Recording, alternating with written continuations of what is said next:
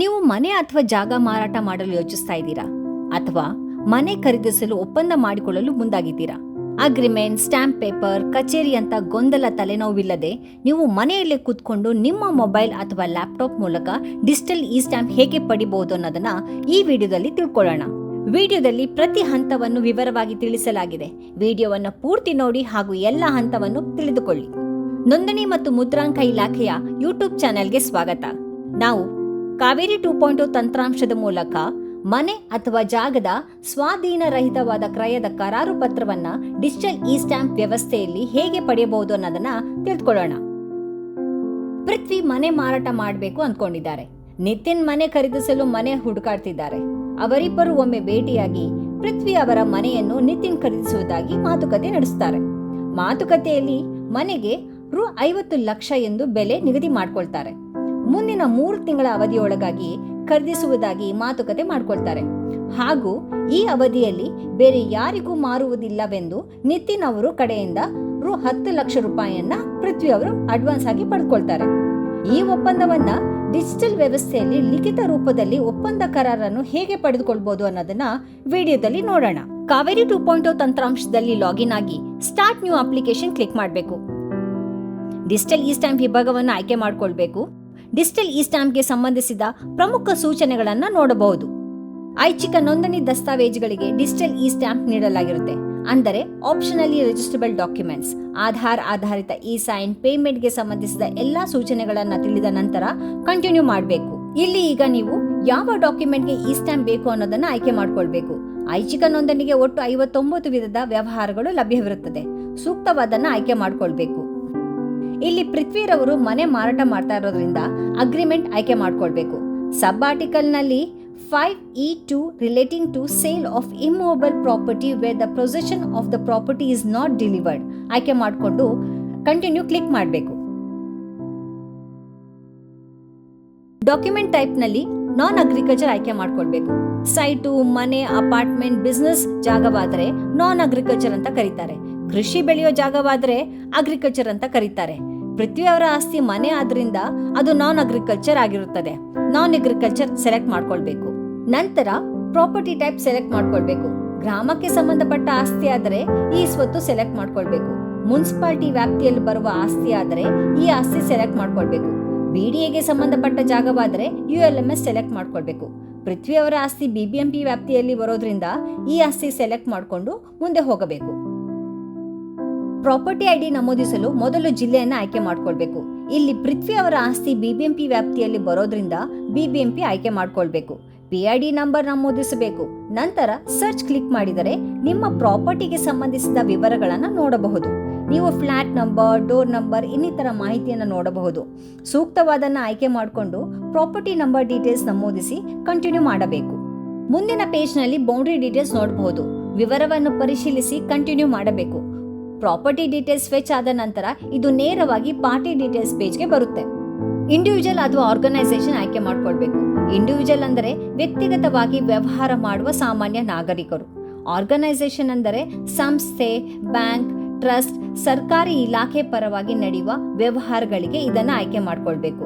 ಇಲ್ಲಿ ನಮ್ಮ ಉದಾಹರಣೆ ಪ್ರಕಾರ ಇಬ್ಬರು ಇಂಡಿವಿಜುವಲ್ ಆಗ್ತಾರೆ. ಆದ್ದರಿಂದ ಇಂಡಿವಿಜುವಲ್ ಸೆಲೆಕ್ಟ್ ಮಾಡ್ಕೊಳ್ಬೇಕು. ನಂತರ ಪಾರ್ಟಿ 1 ಬೈ ಡಿಫಾಲ್ಟ್ ಎಕ್ಸಿಕ್ಯೂಟೆಂಟ್ ಆಗಿ ಸೆಲೆಕ್ಟ್ ಆಗಿರುತ್ತೆ. ಎಕ್ಸಿಕ್ಯೂಟೆಂಟ್ ಅಂದರೆ ಯಾರೆಲ್ಲ ಡಾಕ್ಯುಮೆಂಟ್ ನಲ್ಲಿ ಸಹಿ ಮಾಡ್ತಾರೋ ಅವರೆಲ್ಲ ಎಕ್ಸಿಕ್ಯೂಟೆಂಟ್. ಇಲ್ಲಿ ಪೃಥ್ವಿ ಮತ್ತು ನಿತಿನ್ ಎಕ್ಸಿಕ್ಯೂಟೆಂಟ್ ಆಗ್ತಾರೆ. ಕ್ಲೇಮೆಂಟ್ ಅಂದರೆ ಯಾರು ಡಾಕ್ಯುಮೆಂಟ್ ಮೂಲಕ ಹಕ್ಕನ್ನು ಪಡಿತಾರೋ ಅವರು ಕ್ಲೇಮೆಂಟ್ ಆಗ್ತಾರೆ. ಇಲ್ಲಿ ನಿತಿನ್ ಕ್ಲೇಮೆಂಟ್ ಆಗ್ತಾರೆ. ನಂತರ ನೀವು ವ್ಯಕ್ತಿಯ ಗುರುತನ್ನು ದೃಢೀಕರಿಸಬೇಕು. ಆಧಾರ್ ಅಥವಾ ಪಾಸ್ಪೋರ್ಟ್ ಬಳಸಿ ದೃಢೀಕರಿಸಬಹುದು. ಆಧಾರ್ ಬಳಸಿ ಮುಂದುವರಿಯಲು ಫೆಚ್ ಆಧಾರ್ ಡೀಟೇಲ್ಸ್ ನಲ್ಲಿ ಎಸ್ ಅಂತ ಬೈ ಡಿಫಾಲ್ಟ್ ಸೆಲೆಕ್ಟ್ ಆಗಿರುತ್ತೆ. ಫೆಚ್ ಆಧಾರ್ ನೇಮ್ ಕ್ಲಿಕ್ ಮಾಡಿಕೊಂಡು ಕನ್ಸೆಂಟ್ ನೀಡಿದಾಗ ವೆರಿಫೈ ಮಾಡಿದ ಮೇಲೆ ಇದು ಆಧಾರ್ ವೆರಿಫಿಕೇಶನ್ ಪೇಜ್ಗೆ ಹೋಗುತ್ತದೆ. ಇಲ್ಲಿ ಆಧಾರ್ ನಂಬರ್ ಹಾಗೂ ಆಧಾರ್ ನಲ್ಲಿರುವ ತಮ್ಮ ಹೆಸರನ್ನು ನಮೂದಿಸಿ ನಂತರ ಕನ್ಸೆಂಟ್ ಚೆಕ್ ಬಾಕ್ಸ್ ಸೆಲೆಕ್ಟ್ ಮಾಡಿದಾಗ ಸಬ್ಮಿಟ್ ಮಾಡಬೇಕು. ನಂತರ ಆಧಾರ್ ದೃಢೀಕರಣ ಯಶಸ್ವಿಯಾಗಿರುತ್ತದೆ. ಆಧಾರ್ ದೃಢೀಕರಣದ ನಂತರ ಮತ್ತೆ ಪಾರ್ಟಿ ಡೀಟೇಲ್ಸ್ ಪೇಜ್ಗೆ ಬಂದಿದ್ದೀವಿ. ಇಲ್ಲಿ ಪಾರ್ಟಿ ತಮ್ಮ ವಯಸ್ಸನ್ನ ನಮೂದಿಸಬೇಕು. ನಂತರ ಮೊಬೈಲ್ ನಂಬರ್ ಹಾಕಿ OTP ವೆರಿಫೈ ಮಾಡಬೇಕು. ಈ ನಂಬರ್ ನಿಮಗೆ OTP ಕಳುಹಿಸಲು ಜೊತೆಗೆ ಈ ಪೂರ್ತಿ ಪ್ರಕ್ರಿಯೆ ಪೂರ್ಣಗೊಂಡ ನಂತರ digital e stamp certificate number ನಿಮ್ಮ ಮೊಬೈಲ್ ನಂಬರ್ಗೆ ಕಳುಹಿಸಲು ಸಹಾಯವಾಗುತ್ತದೆ. ಆದ್ದರಿಂದ ಸರಿಯಾದ ಮೊಬೈಲ್ ನಂಬರ್ ನೀಡುವುದು ಬಹಳ ಮುಖ್ಯ. ಇಲ್ಲಿ ನಾವು ಆಧಾರ್ ಬಳಸಿ ವ್ಯಕ್ತಿಯ ಗುರುತನ್ನು ದೃಢೀಕರಿಸಿದ್ದೇವೆ. ಪೃಥ್ವಿ ಅವರ ಮಾಹಿತಿಯನ್ನು ಯಶಸ್ವಿಯಾಗಿ ನಮೂದಿಸಿದ್ದೇವೆ. ಸೇವ್ ಪಾರ್ಟಿ ಕ್ಲಿಕ್ ಮಾಡಿ ನಂತರ ಪಾರ್ಟಿ 2 ನಿತಿನ್ ಅವರ ಮಾಹಿತಿಯನ್ನು ನಮೂದಿಸಲು ಆಡ್ ಪಾರ್ಟಿ ಕ್ಲಿಕ್ ಮಾಡಬೇಕು. ನಿತಿನ್ ಅವರ ಹೆಸರನ್ನು ವೆರಿಫೈ ಮಾಡಲು ಆಧಾರ್ ಬಳಸಿ ಇದೇ ವಿಧಾನವನ್ನು ಅನುಸರಿಸಬೇಕು.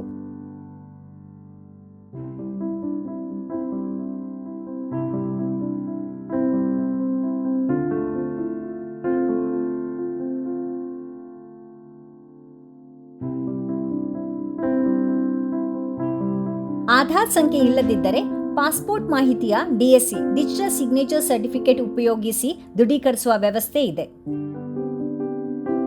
ಮುಂದಿನ ಪೇಜ್ನಲ್ಲಿ ಸಾಕ್ಷಿದಾರರ ಗುರುತನ್ನು ದೃಢೀಕರಿಸಬೇಕು.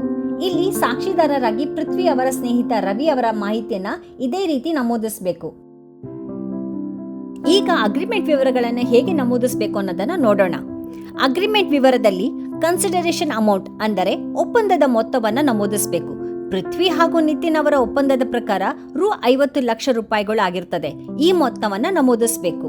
ಡಿಜಿಟಲ್ ಇ ಸ್ಟ್ಯಾಂಪ್ಗೆ ತಗುಲುವ ಸ್ಟ್ಯಾಂಪ್ ಡ್ಯೂಟಿ ವೆಚ್ಚವನ್ನು ನೋಡಬಹುದು. ಕಂಟಿನ್ಯೂ ಮಾಡಿ ನೀಡಿರುವ ಮಾಹಿತಿಯನ್ನು ಪರಿಶೀಲಿಸಿ continue to generate document click ಮಾಡಿದರೆ ಅಗ್ರಿಮೆಂಟ್ ಡ್ರಾಫ್ಟ್ ನಮೂದಿಸುವ ಪೇಜ್ಗೆ ಹೋಗುತ್ತದೆ. ನೀವು ಅಗ್ರಿಮೆಂಟ್ ಡ್ರಾಫ್ಟ್ ಇಲ್ಲಿ ನಮೂದಿಸಬಹುದು. ಡ್ರಾಫ್ಟ್ ನಮೂದಿಸಲು MS ವರ್ಡ್, ಗೂಗಲ್ ಡಾಕ್ಸ್ ಅಂತ ಸಾಫ್ಟ್ವೇರ್ಗಳನ್ನು ಬಳಸಬಹುದು. ಇಲ್ಲಿ ಕನ್ನಡ ಹಾಗೂ ಇಂಗ್ಲಿಷ್ ಎರಡರಲ್ಲೂ ಕೂಡ ಡ್ರಾಫ್ಟ್ ಅನ್ನು ನಮೂದಿಸಬಹುದು. ಅಗ್ರಿಮೆಂಟ್ಗೆ ಸಂಬಂಧಿಸಿದ ವಿಷಯವನ್ನು ಕನಿಷ್ಠ 500 ಅಕ್ಷರಗಳನ್ನು ಇರಬೇಕು ಹಾಗೂ ಯೂನಿಕೋಡ್ ಫಾಂಟ್ ಬಳಸುವುದು ಸೂಕ್ತ. ಬರೆದುಕೊಂಡ ಡ್ರಾಫ್ಟ್ ಅನ್ನು ಎಡಭಾಗದಲ್ಲಿ ಇನ್ಸರ್ಟ್ ಮಾಡಬೇಕು. ಜನರೇಟ್ PDF ಮಾಡಿದಾಗ ಬಲಭಾಗದಲ್ಲಿ ಡಿಜಿಟಲ್ ಇ ಸ್ಟ್ಯಾಂಪ್ ಪ್ರಿವ್ಯೂ ನೋಡಬಹುದು. ಈ ಹಂತದವರೆಗೂ ಕೂಡ ನೀವು ಡ್ರಾಫ್ಟ್ ಅನ್ನ ಎಡಿಟ್ ಮಾಡಬಹುದು. ಪೇಮೆಂಟ್ ಮಾಡಲು ಮೇಕ್ ಪೇಮೆಂಟ್ ಕ್ಲಿಕ್ ಮಾಡಬೇಕು. ಪೇಮೆಂಟ್ಗೆ ಸಂಬಂಧಿಸಿದ ಸೂಚನೆಗಳನ್ನು ನೀವು ನೋಡಬಹುದು. ಪೇಮೆಂಟ್ ಮಾಡಿದ ನಂತರ ನೀವು ಡ್ರಾಫ್ಟ್ ಅನ್ನು ಬದಲಾಯಿಸಲು ಸಾಧ್ಯವಿಲ್ಲ. ಹಾಗೆಯೇ ಪೇಮೆಂಟ್ ಕೂಡ ರೀಫಂಡ್ ಆಗೋದಿಲ್ಲ. ಹಾಗಾಗಿ ಡ್ರಾಫ್ಟ್ನ ಪರಿಶೀಲಿಸಿ ನಂತರ ಪೇಮೆಂಟ್ ಮಾಡಲು ಮುಂದುವರಿಯಬೇಕು. ಹಣ ಯಾರು ಪಾವತಿಸುತ್ತಾರೋ ಅವರ ಹೆಸರನ್ನು ಆಯ್ಕೆ ಮಾಡಿಕೊಂಡು ಪೇ ನೌ ಕ್ಲಿಕ್ ಮಾಡಿದಾಗ ಅದು ಖಜಾನೆ ವೆಬ್ಸೈಟ್ಗೆ ರೀಡೈರೆಕ್ಟ್ ಆಗುತ್ತೆ. Mode of payment, type of E payment ಆಯ್ಕೆ ಮಾಡಿಕೊಳ್ಬೇಕು. ನೀಡಲಾಗಿರುವ ಕ್ಯಾಪ್ಚಾ ನಮೂದಿಸಬೇಕು. 2 ಚೆಕ್ ಬಾಕ್ಸ್ಗಳನ್ನು ಆಯ್ಕೆ ಮಾಡಿಕೊಂಡು ಸಬ್ಮಿಟ್ ಮಾಡಬೇಕು. UPI, debit card, net banking ಮೂಲಕ ಹಣ ಪಾವತಿಸಬಹುದು. ಸೂಕ್ತವಾದನ್ನು ಆಯ್ಕೆ ಮಾಡಿಕೊಂಡು ಹಣ ಪಾವತಿಸಿ ಪೇಮೆಂಟ್ ಯಶಸ್ವಿಯಾಗಿ ಪೂರ್ಣಗೊಳಿಸಿದ ನಂತರ ಎಕ್ಸಿಕ್ಯೂಷನ್ ಆಫ್ ಡಾಕ್ಯುಮೆಂಟ್ ಪೇಜ್ಗೆ ಬಂದಿದ್ದೇವೆ.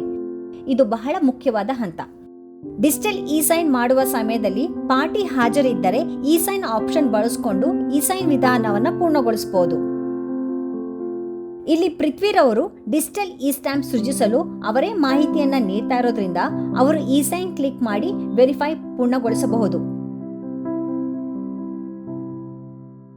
ಆಧಾರ್ ನಂಬರ್ ನಮೂದಿಸಬೇಕು. ಗೆಟ್ OTP ಕ್ಲಿಕ್ ಮಾಡಿದಾಗ ಆಧಾರ್ಗೆ ಮ್ಯಾಪ್ ಆಗಿರೋ ಮೊಬೈಲ್ ನಂಬರ್ಗೆ OTP ಬರುತ್ತದೆ. OTP ನಮೂದಿಸಿ ಕನ್ಸರ್ನ್ ಚೆಕ್ ಬಾಕ್ಸ್ ನ ಸೆಲೆಕ್ಟ್ ಮಾಡಿ ಸಬ್ಮಿಟ್ ಮಾಡಬೇಕು. ಇಲ್ಲಿಗೆ ಪೃಥ್ವಿ ಅವರ ಇ ಸೈನ್ ಪೂರ್ಣಗೊಂಡಿದೆ. ಈಗ ನಿತಿನ್ ಇ ಸೈನ್ ಮಾಡಬೇಕು, ಆದರೆ ಅವರು ಆ ಜಾಗದಲ್ಲಿ ಇರೋದಿಲ್ಲ. ಡಿಜಿಟಲ್ ಇ ಸ್ಟ್ಯಾಂಪ್ ರಚನೆ ಮಾಡುವ ಸಮಯದಲ್ಲಿ ಸ್ಥಳದಲ್ಲೇ ಹಾಜರಿರಬೇಕಾದ ಅವಶ್ಯಕತೆ ಇಲ್ಲ. Party is not present check box ಆಯ್ಕೆ ಮಾಡಿಕೊಂಡು ಸೆಂಡ್ ಲಿಂಕ್ ಕ್ಲಿಕ್ ಮಾಡಬೇಕು. ಇದರಿಂದ ಆ ಸ್ಥಳದಲ್ಲಿ ಇಲ್ಲದಿರುವ ಪಾರ್ಟಿ ಮೊಬೈಲ್ಗೆ SMS ಮೂಲಕ ಇ ಸೈನ್ ಲಿಂಕ್ ಹೋಗುತ್ತದೆ. ಲಿಂಕ್ ಕ್ಲಿಕ್ ಮಾಡಿ ಇ ಸೈನ್ ಮಾಡಬಹುದು. ಈ ಆಪ್ಷನ್ ಪಾರ್ಟಿ ಆ ಸ್ಥಳದಲ್ಲಿ ಇಲ್ಲದಿದ್ದರೆ, ಉದಾಹರಣೆಗೆ ಕಾರಣಾಂತರದಿಂದ ಪಾರ್ಟಿ ಔಟ್ ಆಫ್ ಸ್ಟೇಷನ್ ಹೋಗಿದ್ದಲ್ಲಿ, ಕೆಲಸದಲ್ಲಿ ಬ್ಯುಸಿಯಾಗಿದ್ದರೆ, ಪಾರ್ಟಿ ತಮ್ಮ ಜಾಗದಲ್ಲೇ ಕೂತ್ಕೊಂಡು ತಮ್ಮ ಮೊಬೈಲ್ನಿಂದಲೇ ಆಧಾರ್ OTP ಮೂಲಕ ಇ ಸೈನ್ ಮಾಡಬಹುದು. ಇದರಿಂದ ಸಮಯ ಉಳಿಯುತ್ತೆ, ಪ್ರಯಾಣದ ಅವಶ್ಯಕತೆನೂ ಇರೋದಿಲ್ಲ, ಕಚೇರಿಗೆ ಓಡಾಡೋದು ಕೂಡ ತಪ್ಪುತ್ತೆ. ನಿತಿನ್ ಅವರ ಫೋನ್ಗೆ ಬಂದಿರುವ ಲಿಂಕ್ ಓಪನ್ ಮಾಡಿದ ನಂತರ ಡಿಜಿಟಲ್ ಇ ಸ್ಟ್ಯಾಂಪ್ ತಂತ್ರಾಂಶದ ಇ ಸೈನ್ ಪೇಜ್ಗೆ ಡೈರೆಕ್ಟ್ ಆಗುತ್ತದೆ. ಡ್ರಾಫ್ಟ್ ಅನ್ನು ಒಮ್ಮೆ ಪರಿಶೀಲಿಸಿ ನಂತರ ಇ ಸೈನ್ ಮಾಡಲು ಇ ಸೈನ್ ಕ್ಲಿಕ್ ಮಾಡಬೇಕು.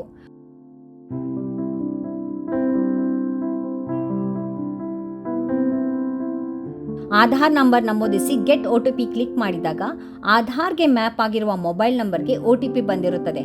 OTP ನಮೂದಿಸಿ ಕನ್ಸರ್ನ್ ಚೆಕ್ ಬಾಕ್ಸ್ ನ ಸೆಲೆಕ್ಟ್ ಮಾಡಿಕೊಂಡು ಸಬ್ಮಿಟ್ ಮಾಡಬೇಕು. ಇಲ್ಲಿಗೆ ಇಬ್ಬರು ಎಕ್ಸಿಕ್ಯೂಟೆಡ್ ಪೃಥ್ವಿ ಹಾಗೂ ನಿತಿನ್ ಅವರ ಇ ಸೈನ್ ವೆರಿಫಿಕೇಶನ್ ಪೂರ್ಣಗೊಂಡಿದೆ. ಇದೇ ರೀತಿ ಸಾಕ್ಷಿದಾರರಾದ ರವಿ ಅವರ ಇ ಸೈನ್ ಪೂರ್ಣಗೊಳಿಸಬೇಕು.